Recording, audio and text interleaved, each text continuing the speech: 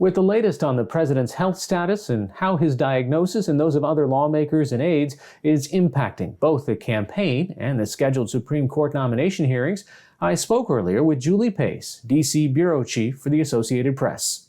Julie, first, there seems to be some confusion on the president's health. We all witnessed the president's doctor at the podium, and then within minutes, we got information that says maybe the president is not doing as well as the doctor had characterized it.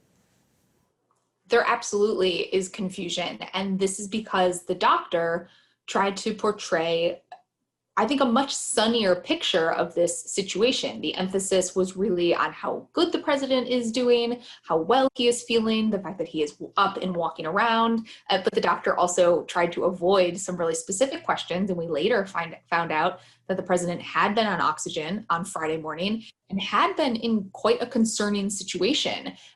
Certainly people we talked to say that he is improved from where he was on Friday, but they also make clear that he's not out of the woods and that this next 48-hour period will be quite crucial. And what happens politically now? How do the campaigns move forward? What is the White House saying in terms of how they plan to continue trying to win re-election?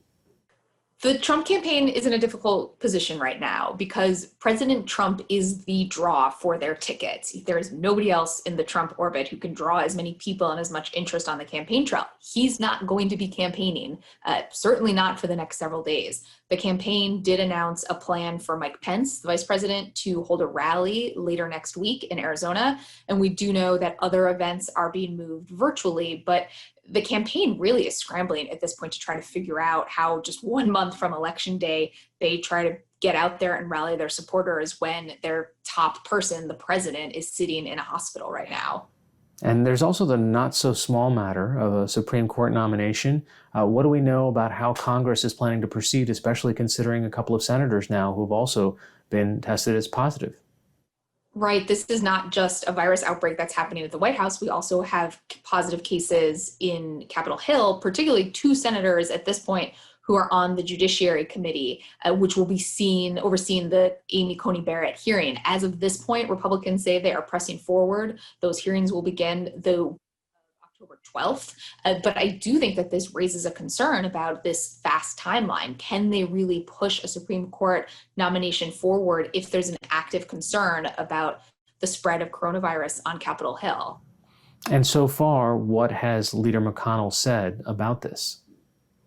At this point, they are planning to move forward with the nomination process. They don't want to disrupt this timeline.